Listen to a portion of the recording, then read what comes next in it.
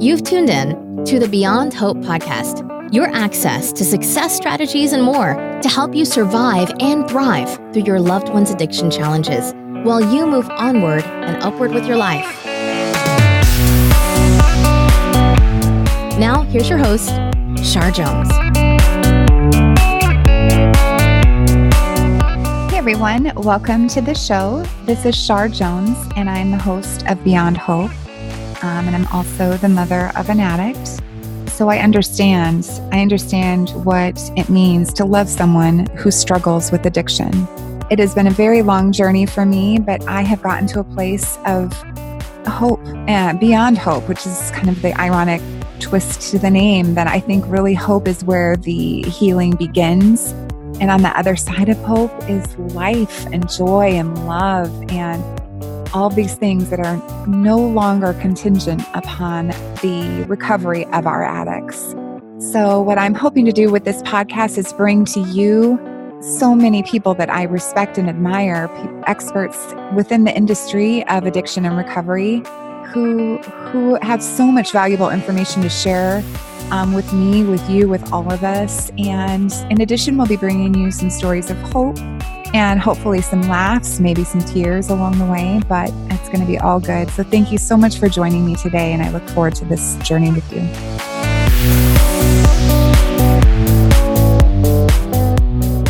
Hey everyone, welcome to the show. I hope you're doing amazing.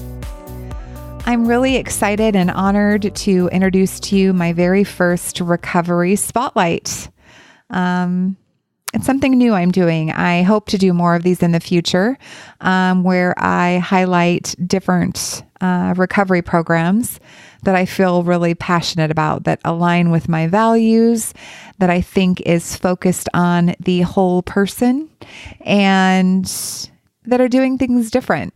So for my first spotlight, I am setting the bar very, very high. And I recently invited Jeff Nash to come spend some time with me to talk about Habilitat.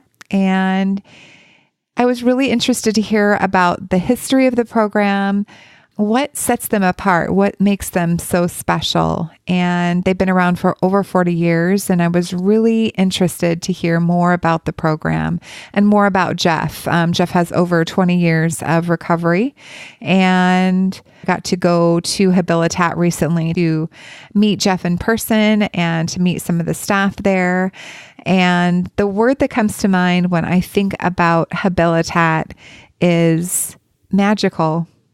So enjoy this interview, and if there is a recovery program that you would like for me to spotlight, please send me an email at shar@beyondhoperadio.com. And with that, enjoy my interview with Jeff, and I look forward to talking to you soon.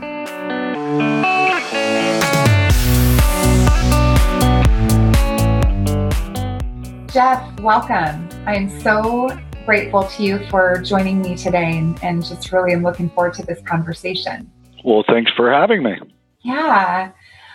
You have a lot of experience and you have a wealth of knowledge in the area of addiction and recovery. And I really just want to give you an opportunity to talk a little bit about your story.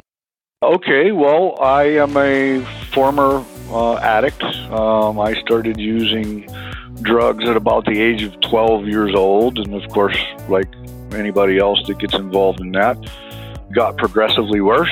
By the time that I was an adult at 18 years old, I was a full-blown heroin addict. I went through lots of different treatment programs to no avail. In fact, I think that a total of 14 different treatment programs. And at the age of 18, my parents had heard about this place in Hawaii that was a long-term program, and it was a little bit different approach than most of the other programs I've been to. And they kind of finagled me into coming to Hawaii and put me into the program. And I went through the program and certainly grew up quite a bit and learned to be more responsible or whatnot. But at the end of the program, I ignored the transition advice, and they kind of warned me not to go directly back home. And I ignored that advice. My family ignored that advice, and I went back home to the mainland. I grew up in Dallas, Texas. And within about a year, of being back in my home state. Things got out of hand again. I became addicted again, and that went on for several more years. Ended up in lots of legal trouble because of my addiction. Eventually came back to Hawaii and had to come back into the Habilitat program in Hawaii. And the second time around, I was kind of beat down enough. My family was certainly to a point where they were kind of done enabling me. They weren't spending any more money on programs. They weren't bailing me out anymore. And long story short, that was the point that I decided that it just wasn't worth it anymore, and I was ready to start seeking recovery. So I went back through the Habilitat program a second time. Towards the end of the program, I decided that if you can't beat them, you might as well join them. So I made it pretty clear that I wanted to stay here and become one of the staff here. So I had to go through quite a bit more training, a couple more years of training, and eventually I did become, one of the staff here, and that was quite a few years ago.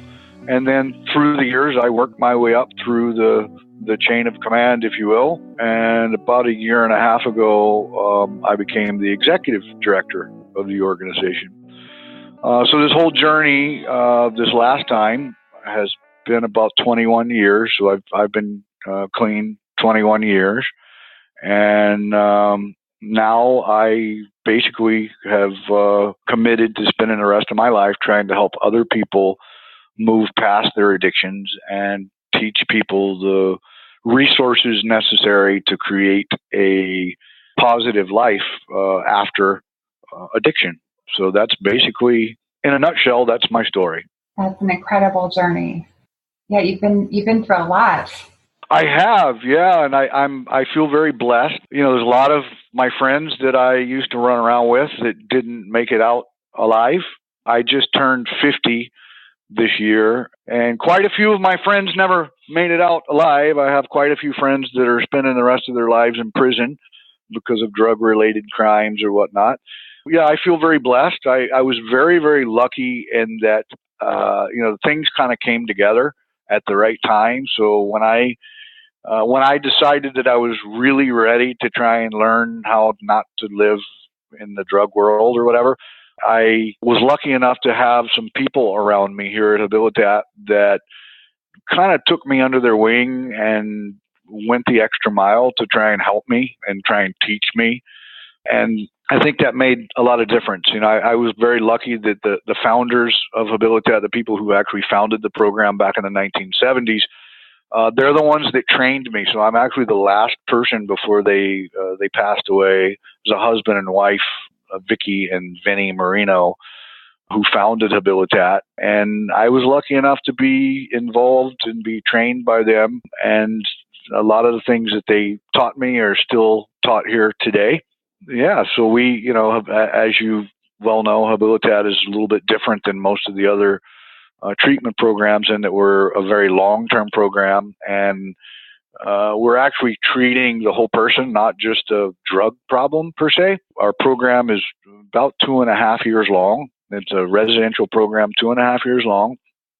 And we incorporate all kinds of life skills, vocational training, parenting classes, anger management, all kinds of different things. And what we're trying to do is basically to treat the whole person. And our approach, is not a one-size-fits-all kind of thing because everybody has different circumstances. So we've created a program basically that is adaptable to the individual circumstances. And I think certainly in my case, that made all the difference in the world. Habilitat is certainly not for everybody. I mean, I don't think everybody needs this level of care, this level of treatment, but certainly for people who've tried lots of other things and it hasn't been able to work, we seem to get results when all else has failed. Just listening to you talk, it gets me emotional as a mom, and I'm just so grateful to you and to your entire staff for all that you do. And I'm just curious about the original founders. So how did they kind of get into that, and what was it that helped them develop this unique program? Yeah, so that's a very interesting story in itself, and actually there is a book written about it. Our founder wrote a book called Journey to Hell, and it's not in print, but sometimes you can still get it on Amazon, and then we still have copies that people can buy if they want to read the story. But basically what happened is he was a New Yorker. He was Sicilian from Little Italy in New York, and he got caught up in heroin and became a heroin addict. And this is, back in the 50s and 60s or whatever. And he had also gotten in lots of legal trouble. And, back in those days, there wasn't a whole lot of programs, not like it is now where you have, hundreds of programs in every state. Back then, there were only a few, and he attended some of the better known ones. But what he did is, he got himself cleaned up and decided that he wanted to try and do things to help other people. And he actually came to Hawaii from New York to work for another program. And he was the admissions counselor or whatever. And not too long after he got here, there was problems with the administration, and basically the program fell apart. And there were several kids, I think there was about 8 young adults that he had admitted into this program that basically went bankrupt or went upside down. And the kids all came to him and said, well, Vinny, what are we going to do? We don't have anywhere to go, and we're going to be on the streets.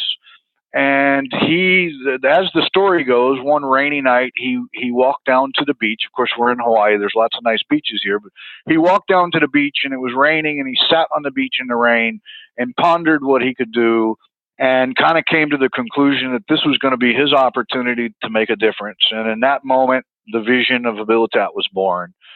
So he decided that he had to do something for these kids. He had gotten them into the program. There was no program for them. They had nowhere to go. So he called up some friends and got the use of a small house in a little town in Kailua, Hawaii, and decided to open the program. And of course, at that point, there was no name. It was just they were going to try and operate a program. And they moved in, and within weeks, the population began to grow because there wasn't a lot of programs here back then. And within a couple months, they were bursting at the seams, and there was, 24 people living in a 2-bedroom house with 1 bathroom. And as the story goes, the toilet seat was always warm. So you can imagine. And then at one point, they were actually putting up tents in the backyard because there wasn't any room. And he just decided, we've got to do better. And he went out and began to look for a property. And he came across this old, rundown oceanfront property on Kaneohe Bay on the windward side of Oahu. And it was an old estate, it was an old mansion that was overgrown and in disrepair. And he tracked down the owner, who was an elderly woman at that point, and convinced her to allow him to start the program here, said that he was going to fix the place up. And, it's in a residential neighborhood, actually. But what they did is they moved in under the cover of night, and basically moved in and began to fix the place up. And through the years, it became the facility that it is now. And, they, at this point now, we're licensed for, a couple hundred people or whatever. We're a licensed program through the state of Hawaii. But it basically started with just an idea and a need that he was trying to fill. How it became so successful is that what he did is he took what he thought, he had a lot of issues with some of these other programs. Like there were some things that they did that made sense to him that he thought was valuable. And then there were other things that they did that he thought was abusive, and he thought it was not therapeutic, and he thought that it wasn't good for people. So what he did is he took what he liked from all these other programs and took bits and pieces, and then added his own flair. He added the things that he thought always should have been incorporated into those programs, and created his own. And it was actually a group of residents that were in the program at the time that came up with a name. He left it up to them to come up with the name of the organization, and they came up with the name of Habilitat. And basically, it's a play on words. Obviously, it's a habitat for addicts, and it's a rehabilitation program therefore those two words combined together is Habilitat. So this was in 1971, and the program started off with very meager resources. Back then they were getting donations from places, whatever they were having for dinner came from unmarked cans that were donated, and they would just open the can and cook whatever was in it for the night or whatever. And he started to look for funding, and early on in his journey, he realized that counting on government funding was going to be a problem. So he set out to become completely independent and self-reliant. His philosophy that he taught to us was that as an organization, we're teaching people the concept of self-reliance and independence. And if he wanted to be effective at teaching people that, then he needed to practice it on an institutional level. So since the early 70s, we have been completely independent of any kind of government funding. We don't have any contracts with the government. We don't accept insurance. People often ask, well, how are you able to fund a 2.5-year-long program? It must be very expensive. And the reality is it's not. And the reality is we do it the old-fashioned way. We work for it. We work hard. And we get everybody involved here in helping to keep the organization running. So the philosophy of a therapeutic community is that the population is the part of the model and part of the method of treatment. So in essence, what Habilitat is a small recovery community. Mm-hmm.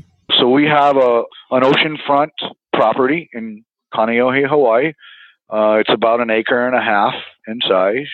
And we have an institutional kitchen. We have several dormitories. We have offices. We have a full gym, an aerobics center, conference room, computer lab. Through the years, we've tried to modernize it and make it a state-of-the-art facility, if you will. And I don't want to give the impression that it's Club Med or it's, because it's not a resort. There are some programs that cater to maybe the rich and famous or the wealthy, and that's certainly not what we do here. The program is very challenging on many different levels. In fact, we see it as our duty, as our objective to challenge each one of our participants on every level possible. And, as you put people to the challenge, that's where you start to find out where there are deficits, where there are strengths. And our goal here is to help them learn to capitalize on their strengths and to continue to work on their weaknesses. So awesome. Some of the questions that kind of pop up from your being involved for so long. I mean, you've seen so much. I'm just wondering, how has the model changed over time? And if it has, how? Yeah, that's a really good question. So we were encouraged and we were taught that it's a continuous evolution. So the model is always adapting. In fact, we have a really big thing that we do every year where we basically evaluate all the different clinical things that we do to make sure that they're effective and that the outcomes that are, our stated outcomes are being met. And through the years, things have changed, and as they should, because what happens over time, you find new techniques, you learn new methods, and you learn better ways of doing things. So some of the ways that we did things when I first came here back in the 80s, we found better methods to accomplish the same objective. It's a different method, same objective. So yeah, through the years, we've incorporated, more evidence-based practices into our treatment. We make sure that our staff are trained in various areas. We want to make sure that all the staff members here are operating from a strict code of ethics. We want to make sure that, the people who are doing direct services are trained in the latest techniques. Right now, Habilitat uses lots and lots of cognitive behavioral therapy. This past year, we had all the clinicians trained in motivational interviewing, and of course, these are ongoing training things. And we do the evaluations and assessments every year, and then as new things come up, if we think that it's going to be beneficial to our participants, then we'll go learn it and learn to employ it to help make their experience better. We also use some, I guess they would be considered alternative therapies. We use a therapy sometimes that has to do with acupressure, tapping, and neuro-linguistic program. It's basically a mixed modality called faster EFT, and it's really good for traumas. It's really good for helping cravings. We've helped people quit smoking with this particular tool. So we'll use stuff like that as well. Some of us have gone and learned about NLP, neuro-linguistic programming, for addictions, a form of hypnosis, if you will, for addictions. So we'll try, if we see something that we think will be beneficial, we'll go learn about it, and we'll go find out about it and study it, and then bring it back and put it into application here to help people. So the program has evolved in a lot of ways through the years. Back in the 80s, we became really focused on fitness and diet, to incorporate those things into the program. Along with all the clinical tools or whatnot, we built a full-blown gym. Actually, we had Arnold Schwarzenegger get involved with us and help with some of the training and whatnot for that. And so we still have a gym now. We do a mandatory aerobic exercises. The dietary thing came into play. We want to make sure people are learning how to eat properly. So there's lots and lots of ways through the years that we've evolved. And we continue to evolve. So we're always looking for the next tool to put into our toolbox. One thing that I noticed, in all the different kind of treatment programs that my daughter had been through, one of the deficits, I guess you use that word would be good, is on the learning side. It was like they were getting fed information, but they weren't really engaging. So how do you get them engaged in the learning process? Like, what sets you apart from that? Like I said, what I've seen is that it's just they're being read in material, and then they have to read the material, but it's not sticking. They're not really engaged in the process. So how do you do that? Well, the reality is this. Most programs in the United States, actually in the entire world right now, are very short term. They're 30 days long. In a lot of cases, or at the top end of it, they're 90 days long. And then you go into outpatient and all those kind of things. The reality is, for most people that are serious drug abusers, 30 days of abstinence is not long enough to reach hardly anybody. Mm-hmm. And I say that, well, think about it. How long does it take to teach a kid to walk? How long does it take to teach a kid to play the piano? How long do people have to go to school to learn to get a degree? And then and as I mentioned these things, each one of those things, it takes a little bit progressively longer. However, when we get to addiction treatment, why all of a sudden is it only 30 days of treatment? Mm-hmm. And I can tell you why. The reason is because all the programs across the country have become dependent basically on third-party payment. Mm-hmm. So that's what the insurance will pay. Therefore, we must design a program around how we get paid. So our approach is very different because we are not limited by some outside funding source. So we can do what needs to be done for as long as it needs to be done. And that's, in answer to your question, that's how we get them to engage. I mean, obviously, it's a lot easier to get somebody to engage in 28 months, which is 28 to 30 months, which is what we have them for, as it would be in 30 days. It's been my observation through the years on both sides of this issue, once as an active addict and now as a recovering, or I like to say, a lot of people don't like to hear this, but I'm going to say it, I'm a recovered addict. And I say that because I haven't been on any kind of substances for 21 years, and I have no desire. Now I'm living my life and doing my thing. But in order to get to that point, you have to learn a few things. A lot of people don't like to hear that because they tell people, they teach people you're always in recovery. You never recover. It's not recoverable. Well, I don't subscribe to that. I think people can get past the addiction. How do we get them from point A to point B? Well, that would be a little difficult to explain in detail on a podcast because there's so many different factors involved. But what I can tell you is we have a graduated system that we use of responsibility, accountability, and freedom. So basically what happens, and this is the irony of the whole thing, when somebody comes into Habilitat, they're not even allowed to walk around by themselves. They can't get up and go to the bathroom by themselves the first 30 days they're here. They will always have somebody else with them for about the first month, sometimes even longer. And the reason is because we want to make sure they're not in their heads doing crazy things. We want to make sure they're engaged. We want to make sure that they're being taught what's expected here. So how do we reach them? Well, to go back to your original question, any way we can, every way possible. So it's been my experience through the years that people don't all learn the same way. So you can basically break up people into three different categories. Some people learn audibly, some people learn visually, and some people learn kinesthetically. So we're talking about they learn through seeing, they learn through listening, they learn through doing, right? Yeah. And what ends up happening, everybody has a little bit different learning style.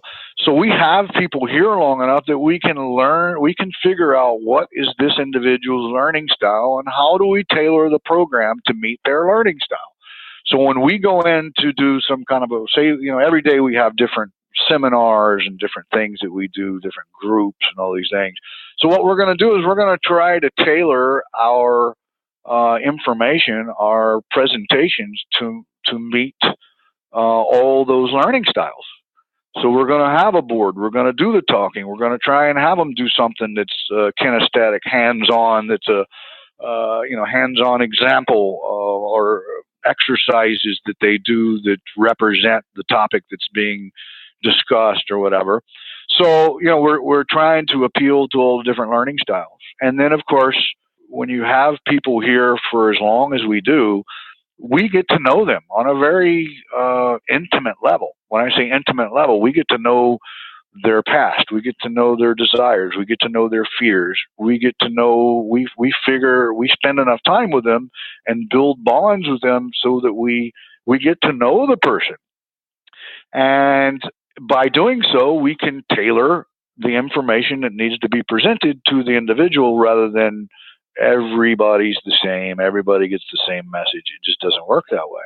So when you are when you're freed up from the limitations of the funding sources and you actually have a 2-year or 2.5 year long commitment, obviously you can accomplish a great deal more than you could in just 30 days. It's been my experience. Most people, especially with some of the drugs that are being used now, most people with 30 days of abstinence, their brain is not back to normal functioning even after 30 days. I've seen people on methamphetamine, I've seen it take upwards of a year before they're completely acting right. There's a thing that happens when we become dependent on these chemicals. The drugs that we take, they alter our brain chemistry, right? There's releases of more dopamine and other chemicals in your brain. And when you stop taking the illicit substances, your brain is not, basically it's not releasing the normal level of substances, the normal level of chemicals that it's supposed to. So there's a chemical haywire that happens in the brain. The good news is eventually, in most cases, your brain does go back to a state of homeostasis, if you will, where it's functioning properly. But in the short run, there can be all kind of complications. I've seen over and over, especially with heroin addicts and methamphetamine addicts, and sometimes even cocaine addicts, following immediate abstinence, there's a period that we call anhedonia. And the anhedonia is basically, in layman's terms, what it means is inability to feel good. And what happens is a lot of people, they stop taking the drugs and then their brain chemistry is so jacked up that they're not making enough of the brain chemicals that make you feel good because they're not taking the drugs anymore. And there's a period where the brain is not making enough of those chemicals, so no matter what you do, you can't experience joy, you can't experience happiness. And basically, it's what the psychologists and psychiatrists call depression. And then what ends up happening is the doctors prescribe medicine to offset those chemical imbalances or whatever. And in some cases they perk people back up. But then from my perspective, what ends up happening is now they're dependent on another chemical to feel good about themselves. So we've seen through the years that it takes sometimes a prolonged period of time for the brain to come back online at the level that it's supposed to. And I've seen some methamphetamine addicts. I've seen it take a year, 18 months, sometimes even. And then suddenly one day they wake up and they're feeling better, and their brain is, slowly starting to function better. And, after that, they continue learning and they're okay after that. So to answer your question, I guess back to the original question, how do we reach them? We reach them any way we can. We tailor our lessons and our teaching for the individual. And even when we do group teaching or whatever, which we do a lot of that, we're going to always attempt to teach to all the different learning styles all in one setting. So does that answer your question? Yeah, definitely.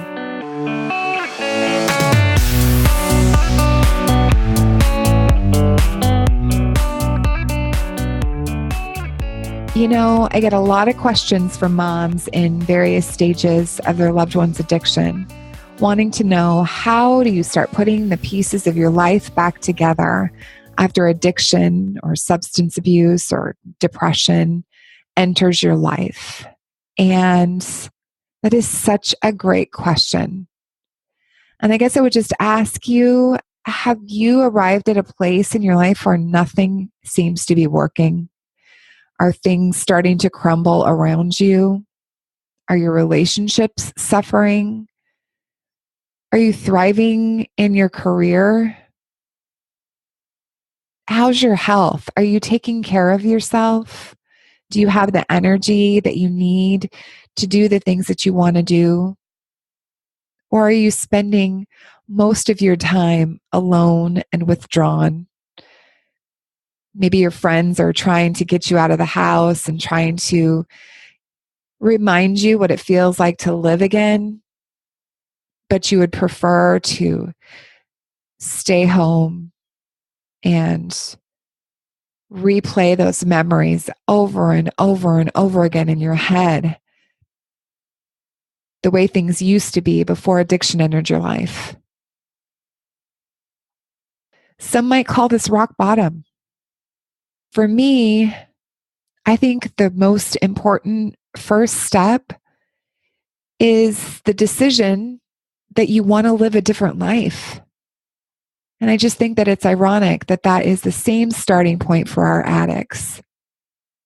If you've gotten to a place where you're ready to reclaim your life and you want someone to walk along the side of you who understands what you're going through, someone who wants to help you manifest significant and lasting change to better your life, not only do I host this show, but I also do individual coaching and mentoring. And I would love to work with you and help you reclaim your life. If you're interested, you can visit my website at beyondhoperadio.com to set up your first free Life Beyond Hope session. If this interests you, as a nationally certified addictions recovery coach, I'm confident that together we can help you reclaim your life and allow joy to re-enter your heart and to learn to live again. And to have this not be contingent upon your loved one's addiction. And I know that seems impossible, but you can get there, and I would love to help you.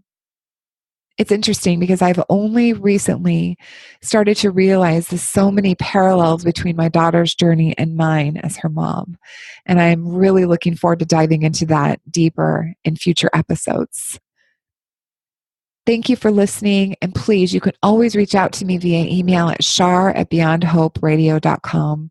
And I just send you so much love on this journey. I know it's difficult, but you have been chosen.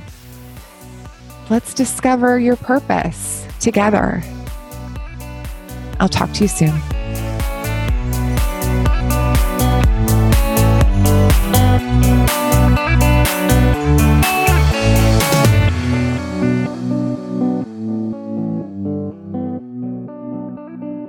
So I think it's really hard for us as family members to kind of understand, what's happening. There's a lot of confusion for us, especially in the beginning. It's just we can't get our arms around what's happening with our kids. And I'm just wondering, like, if you could help us understand a little bit what that's like for that. 'Cause, you'll hear people say that they just should stop. And when they're starting to suffer those consequences, that they should just be able to put it down. And it's not that simple. And I was just wondering if you could just share a little bit of your perspective on that. We've probably touched on it already some, but if you... Sure, yeah. So, good question, and you're right. It's almost impossible for somebody that hasn't been through it to really understand it, because you sit and you watch your loved one destroying themselves, and in a lot of cases destroying everyone around them, and then eventually even being put in prison and things like that, and they can't stop. And if you've never been in that position, it's very, very difficult to grasp. It's something that's not really understandable. To put it in as clearer layman's terms as possible, what happens is when we start to utilize these substances, it hijacks the brain. And what happens is, in essence, it rewires the brain. And while somebody is in active addiction, what happens is their principles and their values and all these things, they go out the window, because what happens is the drug and maintaining the high and chasing the high or whatever becomes the only thing important. And I'm not saying this because I think that people shouldn't be held responsible, because that's exactly the opposite of what I believe. I think the only way out of this is for people to take full and complete responsibility for their actions, for their feelings, for their thoughts.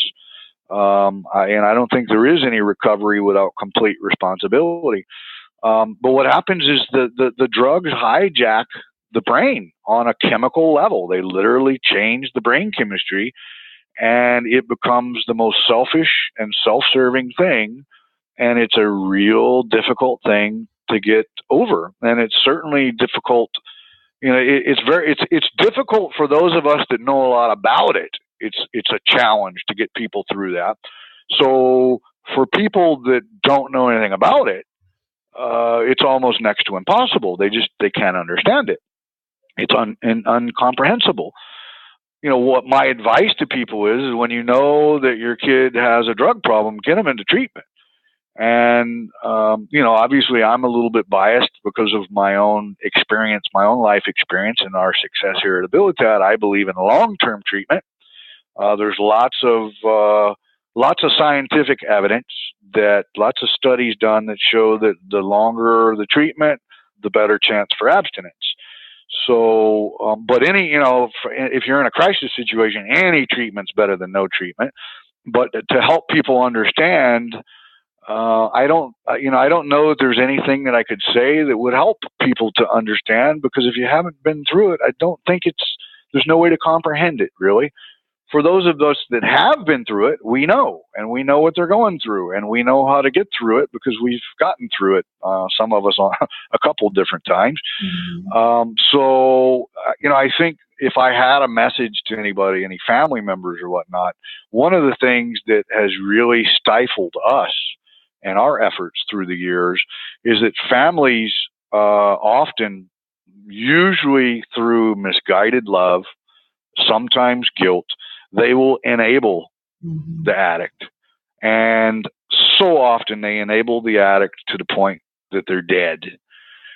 And unfortunately, I've had so many phone calls through all the years that I've been here of parents that call and say, we should have listened to you. We didn't listen, and now Jennifer's dead. Now Johnny's dead.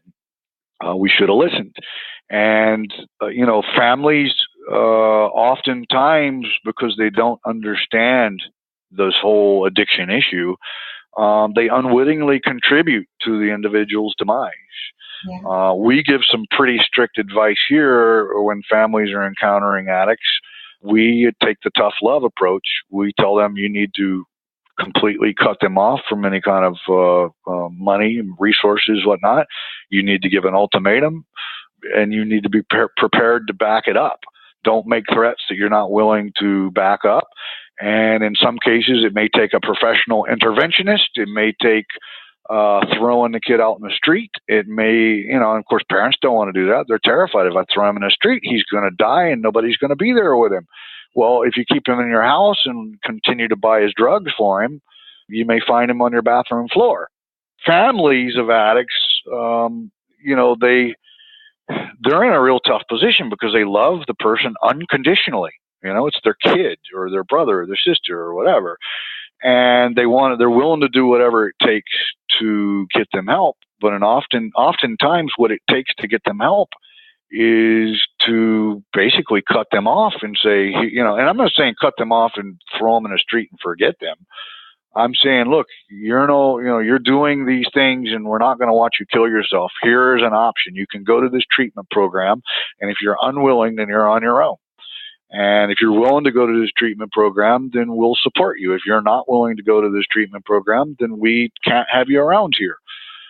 And, that's certainly not always the case. It's not always called for. But when you have a life-threatening situation where somebody's stealing all your stuff, somebody is using drugs to the point that, it's a life and death situation, oftentimes that's what needs to happen. In my particular case, I'd gotten arrested for drugs, and my mom literally told me, I would much rather you be in prison than out on the streets, because at least in prison, I know where you are. And I know that you're probably safe. And not that there's not drugs in prison, because there certainly is. But she wasn't about to bail me out. She'd done that too many times, and only to suffer the same consequences, me going right back to the same old thing. What can parents do? My thing is do anything, do something. Don't fall. What ends up happening is it always begins with you have a suspicion, somebody tells you something, there's things missing, the person acting differently or whatever. And then, sometimes families are reluctant to confront the issue. They don't know what to do. They don't know what to do at all. So I always tell people, make some decision. Any decision is better than no decision. Don't sweep it under the carpet. Don't put your head in the sand like an ostrich. Do something about it. It's kind of difficult, more difficult these days, because there's so many treatment options. And even here in the last decade or so, there's a lot of nefarious operators that are taking people's money and basically providing very little, if any, treatment. So there's some operators that are taking people's money. You've probably heard about the patient brokering scams, and a lot of that going on in Florida and California and whatnot. So my advice would be to go to, do your homework as a parent, find a licensed facility, call the state health department, whatever state you're in, and find out if they have a license. Find out how long they've had a license. Just like anything else, I can say with confidence that our organization is a solid organization with a fantastic reputation. We've been here since 1971. We've been licensed for nearly that long. And if you called the Better Business Bureau, the Chamber of Commerce, or the State Health Department, they'll all tell you, yeah, that's a great organization.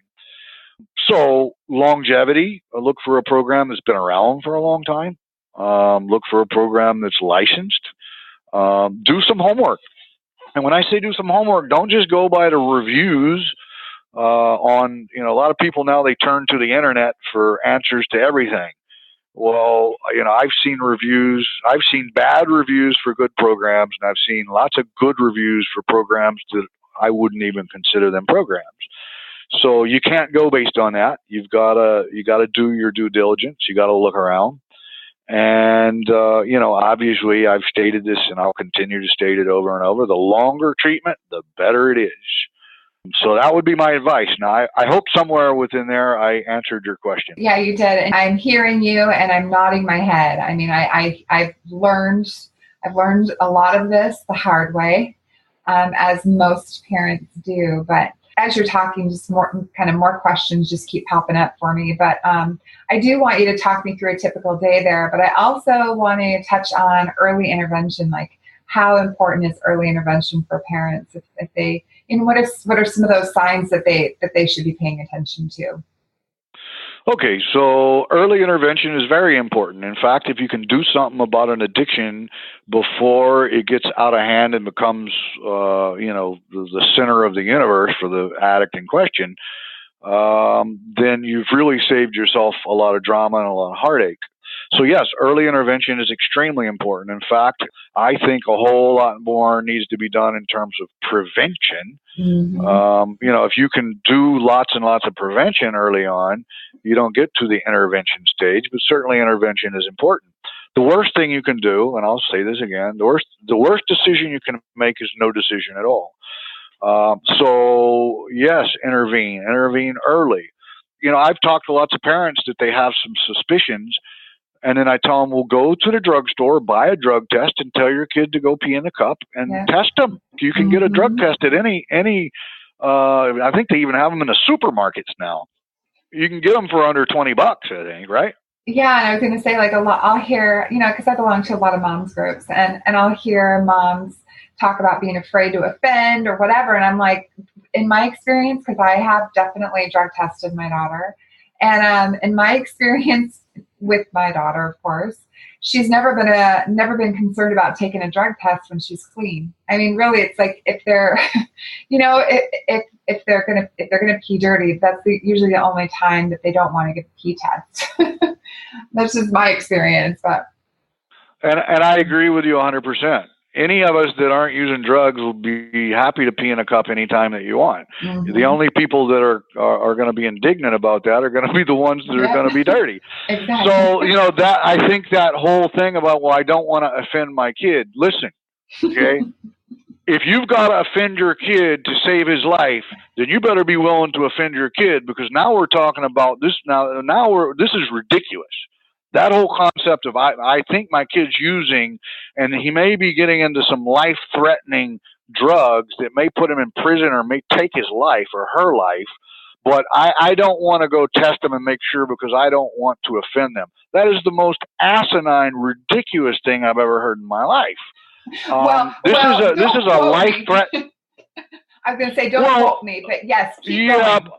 But I've heard that. I don't want to offend them or they're going to get mad. And my thing is, so what? Exactly. So what if they get mad? Who's the parent here? So this is an interesting thing that you bring up, because there's almost like some kind of role reversal that happens when kids get into like all of a sudden the parents owe the kid some kind of, if you ask me, the kid owes the parent, like, look, I brought you up, I raised you, I supported you, I pay for your insurance, I pay for your food, I pay for your clothing, I pay, all these things. And you owe it to me to make sure that you're not spending my money or stealing from me or using illegal drugs that are against the laws of our society. And if you are, then there's going to be consequences for it. So this whole notion of like, well, I can't do it because they're going to be offended. If that's how you feel, then I guarantee you there's a problem. Exactly. There's a serious problem at that point. And I've heard lots of parents that are in those shoes. So what you're describing is a very, very common thing. And my thing is, that's ridiculous. Test your kids. Thank you. If you have any suspicion whatsoever, test your kids. And if you don't want to do it, if you don't want to do it yourself, then take them to the doctor and have them tested. If they're minors, they don't really have much say in the matter. If they're adults, it can be a condition for living in your house. Yeah. However, from my perspective, if you're an adult still living with your parents, there's something a little wrong with that too. Especially if you're an adult, you're having drug addiction issues, you don't have a job. That tells me a lot about the dysfunction of the family. We actually have a policy here at Habilitat. When people graduate from Habilitat, they are not allowed to move back in with their parents. Mm-hmm. In fact, if that's their plan, we just tell them, well, you can't be a graduate then. We won't call you a graduate if you're moving back in with your parents, if you're an adult. So they have to, before we will even call them a graduate, they have to go get their own place to live. They have to have a job before we'll even call them a graduate. As a result, 100% of our graduates are employed and have stable housing, 100%. And 76% of the people that end up in Habilitat, or at least right now, 76% of them were homeless before they came here. 53% were incarcerated, and there's a certain percentage that have never even had a job by the time they get here. But 100% of the graduates, when they leave here, they have stable housing and they have a full-time job. And that is just unheard of. That's pretty incredible. So yeah, intervention. Yes, you should intervene. Seek professional help if you need it. There's nothing wrong, especially when you have adult children living with you. There is nothing wrong with making being drug-free a condition of residency. So, if I had a kid, I don't have a kid of my own, but if I was raising a kid, based on what I know now, once that kid turned 18, he would be needing to find his own place to live. I would probably try and help him with that, but he couldn't stay living with me. He needs to grow up and go be a man, or she needs to grow up and be a woman. Of course, I would need to prepare them for that up to the point of 18 before that happened. But certainly if they were going to live with me, well, even now, if I have somebody come and stay with me, they have to be drug-free. And if I have any suspicion that somebody's using drugs around me, I'm going to insist that they be tested. Even here at Habilitat, we randomly test people all the time. And if I have any suspicion that there may be something going on that there's not supposed to be, I will test them and their best friend and the person that sleeps next to them. And we go through more drug tests over here. We do it in-house. You usually know right away if something's not right because they're going to be reluctant to take the test. Yeah. That doesn't happen very often here. I think part of the reason it doesn't happen is because they know we test people all the time. So they know it's coming sometime in the next week or two. It's going to be coming. And then, with parents, the intervention, I think that people need to understand that this whole addiction thing can get so out of control so fast. It can go from, I was just using on the weekends to like full-blown heroin junkie, stealing everything that you own in a very short period of time. And what's happening now, especially with the opiate issues, these kids are getting on pain pills, and then they can't get the pain pills, so they start turning to the heroin. And what's happening is you never know what's in it. So, back in my day, you went and bought some heroin. It was either going to be good heroin or bad heroin. Nowadays, you may end up with fentanyl or carfentanil. You never know what's in it. And, you get used to, as a heroin addict, you get used to a certain dose. And so now all of a sudden I'm used to this dose. I go buy from this next guy who's selling it, and it's got some fentanyl in it. I take my normal dose, and because it has fentanyl in it, it's way too much, and boom, you go into respiratory arrest and you die. And it's happening all over the country. People dropping like flies because basically what's happening is they're buying carfentanil on the dark web. They're having it shipped in from places like China or other places where it's not regulated. And then they're cutting the heroin with it because it's a whole lot cheaper to add fentanyl to a bad, to a crappy batch of dope. And then everybody's dying from it. And then, the whole thing has been fueled, I think, by the medical establishment just passing out pills for everything, every ailment, and just getting people dependent on the stuff. So, put it this way, it's a little bit different ball game now than when I got my act together. That was 21 years ago. It's gotten nothing but worse since the time I took my last shot of heroin. It's gotten nothing but worse. So I think parents need to understand that it gets out of control really fast, and you can go from, oh my God, I think my kid's using drugs, to, oh my God, he's dead and now we have to bury him in a very short period of time. So that's a really good point. And do you believe that there's like that addict gene? Well, I'm going to go out on a limb here, and I get a lot of criticism for this, but I'm going to be real honest with you, and people can say whatever they want. I don't subscribe to the notion that addiction is a disease. I just don't subscribe to it. And I've had lots of people argue with me about it, and that's fine. And I'm not saying that people shouldn't believe that. I do, however, think that there's a certain cross section of the population that includes me that certainly has more of a propensity to become obsessive and, in this case, addicted Right. to certain things. So Exactly. I've noticed in my own life that, I become obsessive not just about drugs, but even the hobbies that I get involved with, I become very obsessive and very binging. So in my own life, even after I got cleaned, after I got cleaned up, I got into photography, and I had to have all the lenses and all the gear, and I got to have the newest, and I got to, and I got to learn this technique and that technique, and it became very obsessive. And then after a while, I got tired of that. I got into sailing, and I bought a catamaran, a racing catamaran, and of course, I had to have all the latest gear and the gloves and the booties and the life jacket and the new sail, and I want a new, and it became very obsessive, and I realized, like, wow, I'm still an addict. Right. I'm not a heroin addict. I'm not a drug addict anymore. And that's part of the reason I don't use alcohol either, because, like, well, why switch one substance for another? I don't really agree with that. I've had a lot of heroin addicts think that they can, well, I'm not going to use heroin. I'm going to just drink alcohol socially. And all of a sudden they become alcoholics, so I think mind altering substances, it's probably better for people that have had addiction issues to just abstain from all that, altogether. I'm not a doctor. I'm not a scientist. I haven't done any research. I know that they say that there's genetic predispositioning. I've asked for years and years, can somebody please show me the proof?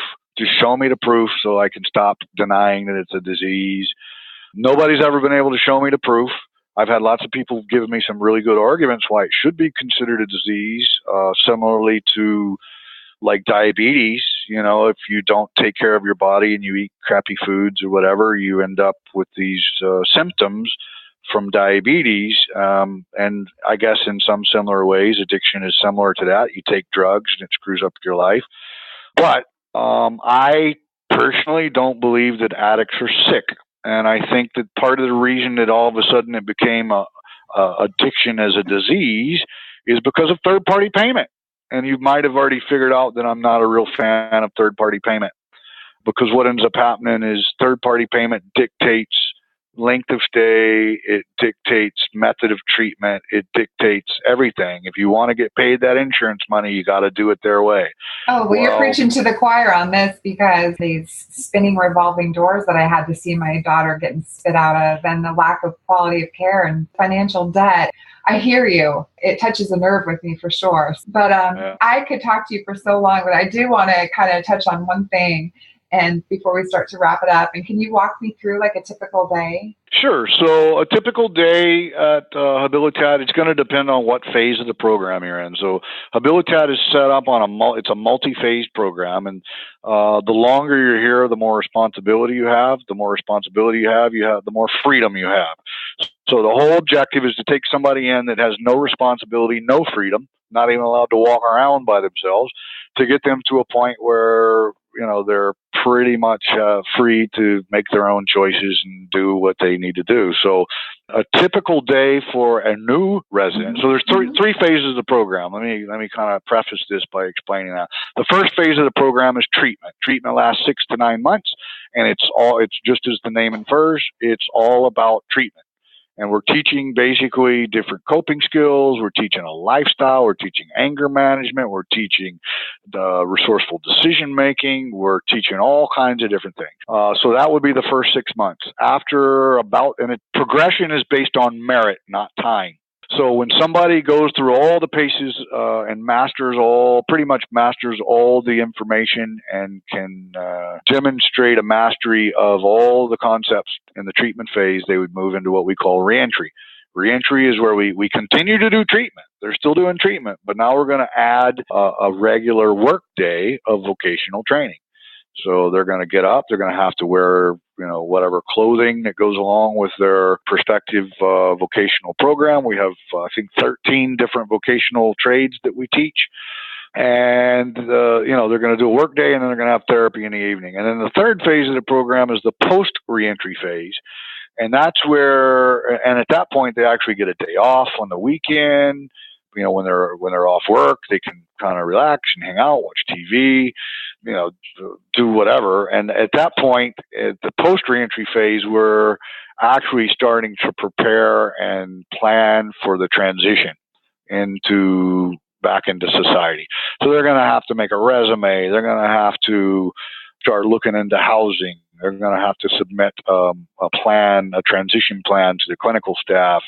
There's going to be lots and lots of planning going on while they're still doing treatment and still doing vocational training. So it's a graduated system. So back to your original question, what is a typical day like for a treatment resident? They're going to get up at about 6 o'clock in the morning. They live in dormitories at that stage, bunk beds, 6 or 7 bunk beds in a big dormitory. And they're going to get up at 6 o'clock. They're going to go to the bathroom and brush their teeth, maybe shower. They're going to go to aerobics at 6:30 in the morning. Actually, the older residents, the ones that have in the other phases, go to aerobics at 5:30 in the morning. So we get up very early around here, long days.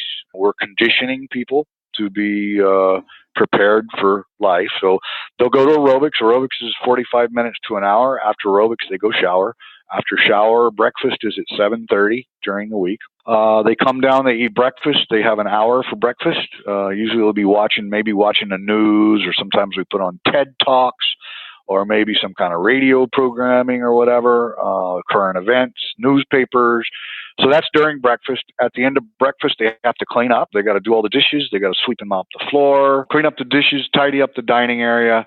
Then they would have another meeting. And then they would go into what we call priorities, where they clean the bathrooms. They got to scrub the showers, the sinks, the toilets, and then pick up all the leaves around our property. And they do the upkeep, of tidying up the property.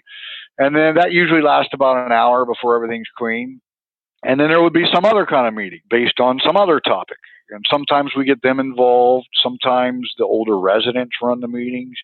And sometimes we have discussion topics about, we have like probably 100 different types of meetings that we run. Mm-hmm. And it just depends on what message or what point it is that we're trying to make that day. Then they would have lunch at 12 o'clock during the week. Lunch goes for an hour. Of course, after lunch, they clean up again, clean up all the dishes, clean up the dining area. And then after lunch, we would usually we'll have some kind of a group therapy session. We have encounter groups of different varieties. Today, they actually had an encounter group in the morning, and then they played team volleyball in the afternoon, just to kind of relax a little bit. And so, the schedule differs every day. They never know what's going to happen. That kind of keeps things fresh, so they can't really predict what's coming next. And the only people that know what's coming next is the staff that's running the show that day. And then at 3 o'clock in the afternoon, they have snack time, where they can again sit down and talk and have some snacks or whatever. And then 4 o'clock is shower time. Everybody has to go shower. And at that time, they can tidy their lockers. They have like foot lockers. They can tidy up their dorms. If they need to iron clothes for the next day, whatever, they can, take care of kind of their personal business from 4 till 5. Dinner is always at 5 o'clock. At 5 o'clock, the older residents, meaning the people who have been here longer, the other phases, are getting off of their vocational work day. So they start to integrate in with the newer people that have been home all day doing therapy. And they have dinner. After dinner, we clean up again. We clean up after every meal, clean up all the dishes, pots and pans. The kitchen's got to be tidied. And then in the evening time, we do what we call family meetings, where the entire population is there. And they can be all kinds of different things. Anything from topic discussions to what we call rap sessions, where they sit in circles and talk about topics, to, we do all kinds of things. One night we have a pier that goes out into the ocean here, kind of, And one night I had them go out there, just go out and just look at the stars, meditate a little bit. So we do stuff like that as well, or they might go into another encounter session. Sometimes when things, if we have a lot of problems, people are not getting along, we have extended periods where we do what we call GI. Few things in terms of conditioning people we've borrowed from the military. GI is basically general inspection, and that's where you got to do the white glove cleaning, where, we give them cleaning supplies and say, okay, this house is not getting along. So you guys all go scrub the bathroom, go scrub the toilets, clean everything, and spend some time talking and cleaning. We call that banding the house together. So we call it a house band.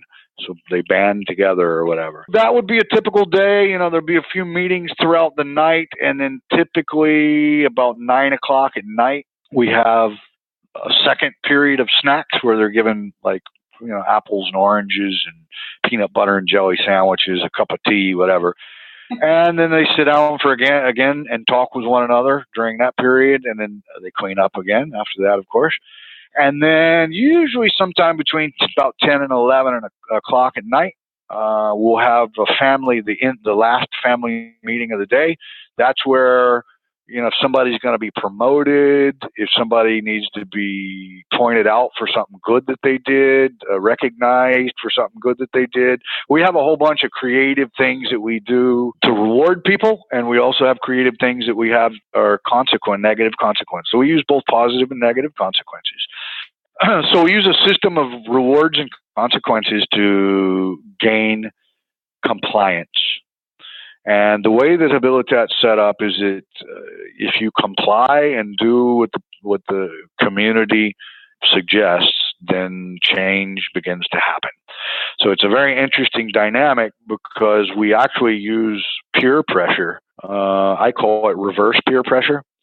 Most of us that got involved with drugs at some point or another, it was due to peer pressure on some level. We utilize positive peer pressure to get people to comply.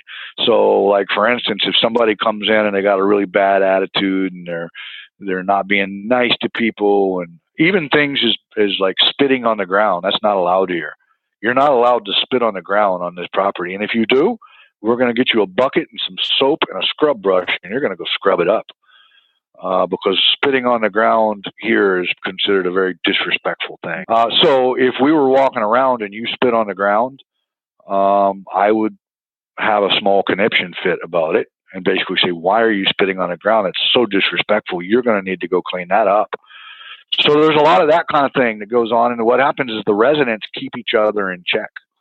And what we do is we create a situation through several different techniques that creates an extreme sense of self-awareness.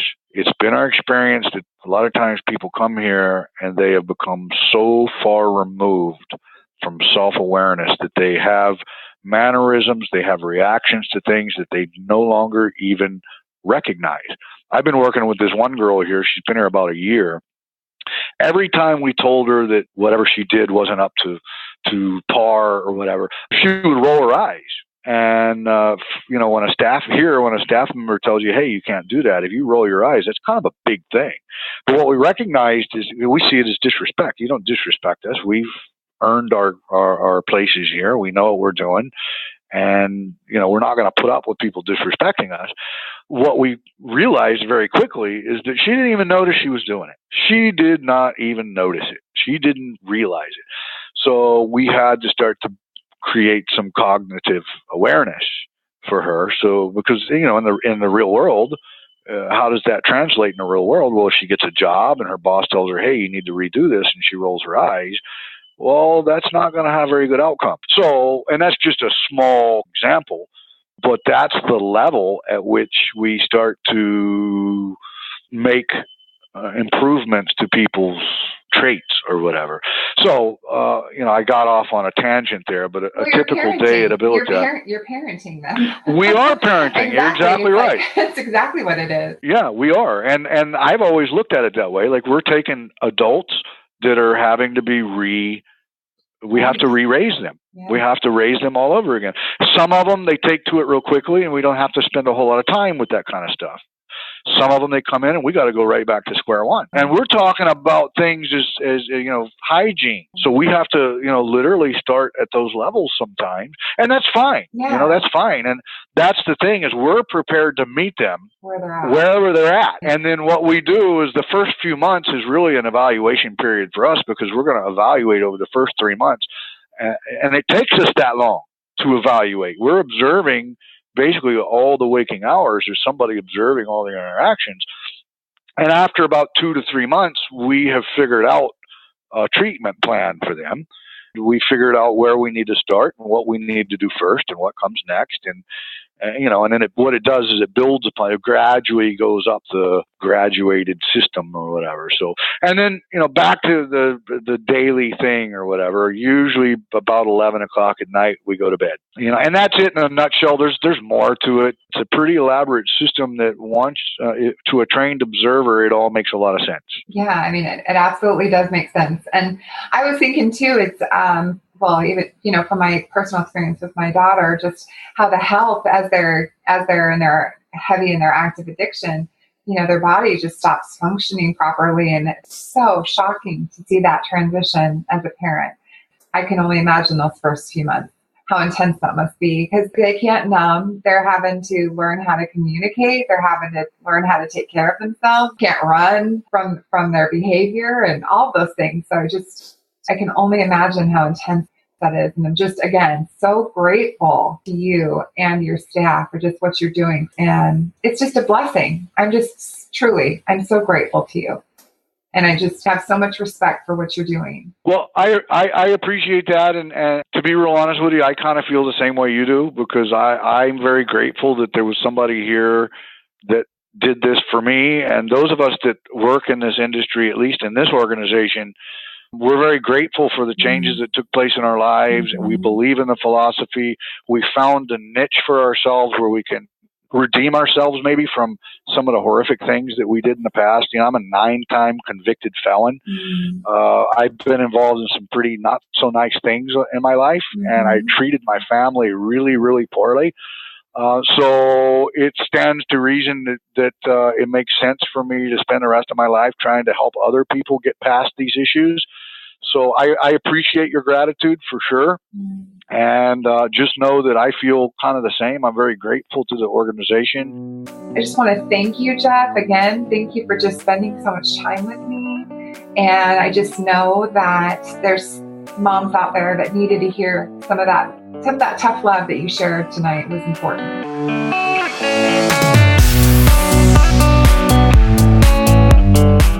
Hey everyone, thank you so much for tuning in and for helping me to connect with other moms of addicts or loved ones who are struggling with addiction in their lives. If you have questions for me, comments, suggestions on future show content, or perhaps there's a specific topic that you would like to hear from an expert in the field, I would love to hear from you. I am also interested in sharing your voice. So if you have messages of hope or personal stories that you think would resonate with our listeners, please send me an email. You can type me out a message, or you can include an attachment to an audio clip with your voice. You can send that to shar@beyondhoperadio.com. And with that, thank you again, and I'll talk to you soon. Bye for now.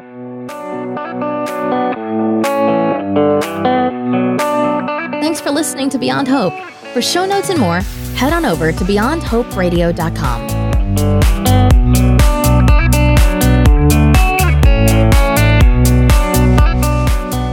A huge thank you to recoveryinnovators.com and James Healy. Thank you so much for putting up with me and for helping me to produce and launch the show. I couldn't have done it without you. You are so awesome. And to anybody else who has been considering working with James, highly recommend him.